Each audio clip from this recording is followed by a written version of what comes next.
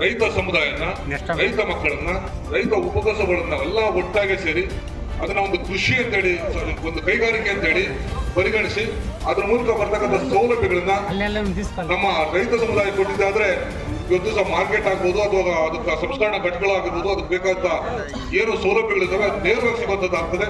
ಹಾಗಾಗಿ ನಮ್ಮ ಮೂಲಕ ಸರ್ಕಾರಕ್ಕೆ ಮನವಿ ಮಾಡ್ತೀನಿ, ಆ ಒಂದು ಏನು ವಿಷಯನ ತಾವು ಪರಿಗಣಿಸಬೇಕಂತ ಹೇಳಿ ಮನವಿ ಮಾಡ್ತೀನಿ.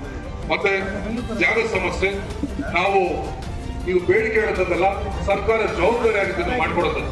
ಆದ್ರೂ ಕೂಡ ಇವತ್ತು ಏಷ್ಯಾದಲ್ಲಿ 2ನೇ ದೊಡ್ಡ ಮಾರ್ಕೆಟ್ ಅಂತ ಹೇಳುವಂಥದ್ದು 38,000 ರೈತ ಕುಟುಂಬಗಳು ಅವಲಂಬಿರ್ತಕ್ಕಂಥದ್ದು, ಸಾವಿರಾರು ವ್ಯಾಪಾರಸ್ಥರು, ಖರೀದಾರರು, ಹಮಾಲರು ಇದ್ರ ಬಗ್ಗೆ ಅವಲಂಬಿತ ಆಗಿರುವಂತಹ ಒಂದು ಸಂದರ್ಭದಲ್ಲಿ ನೀವು ಏನು ಕೈಗಾರಿಕೆಗೆ ವೇನ್ಗೋಲ್ ಮತ್ತೆ ನರಸಾಪುರ ಕೈಗಾರಿಕೆಗೆ ಎಷ್ಟು ಪ್ರಾತಿನಿಧ್ಯ ಕೊಡ್ತೀರೋ ಅಷ್ಟೇ ಪ್ರಾತಿನಿಧ್ಯ ಮತ್ತೆ ಅದಕ್ಕಿಂತ ಹೆಚ್ಚು ಕೊಡ್ತಕ್ಕಂಥದ್ದು ಅವಶ್ಯಕತೆ ಇದೆ.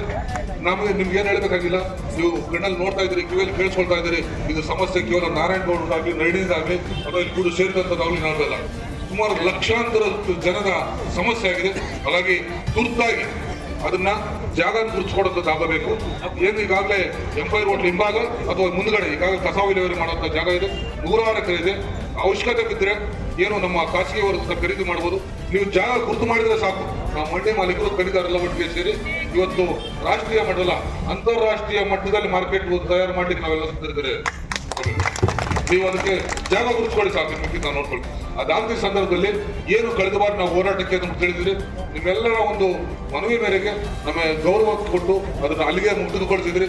ಮುಂದುವರಿದು ಅದನ್ನ ಆಗದಿದ್ದ ಸಂದರ್ಭದಲ್ಲಿ ಹೋರಾಟ ಅನಿವಾರ್ಯ ಇದೆ, ಬಹಳ ಕಠಿಣವಾಗಿ ನಿಷ್ಠೂರವಾದ ಹೋರಾಟ ಅನಿವಾರ್ಯವಿದೆ. ಅದನ್ನು ಮಾಡ್ಲಿಕ್ಕೆ ನಾವು ಮನವಿ ಮಾಡಿಕೊಂಡು ಸರ್ಕಾರ ಮಟ್ಟಕ್ಕೆ, ರಾಜ್ಯ ಮಟ್ಟಕ್ಕೆ ಇದು ವಿಷಯ ಕೊಂಡೊಯ್ಯಬೇಕು ಅನ್ನೋ ನಿಟ್ಟಿನಲ್ಲಿ ಏನು ಮನವಿ ಮಾಡಿದ್ರಿ, ಇದನ್ನು ತಾವು ತುರ್ತಾಗಿ ಪರಿಗಣಿಸಬೇಕು.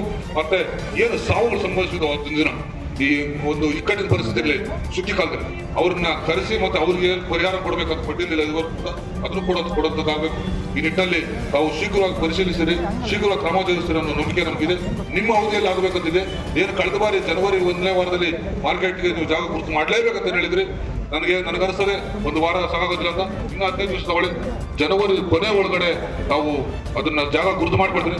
ಜಾಗ ಒಂದು ಗುರುತು ಮಾಡಿಕೊಟ್ಟು ಇದು APMC ಇದನ್ನು ಗುರುತು ಮಾಡ್ಕೊಟ್ಬಿಡಿ. ಕೇವಲ 2 ತಿಂಗಳಲ್ಲಿ ನಾವು ಮಾರ್ಕೆಟ್ ಮಾಡ್ತೋರ್ತೀವಿ.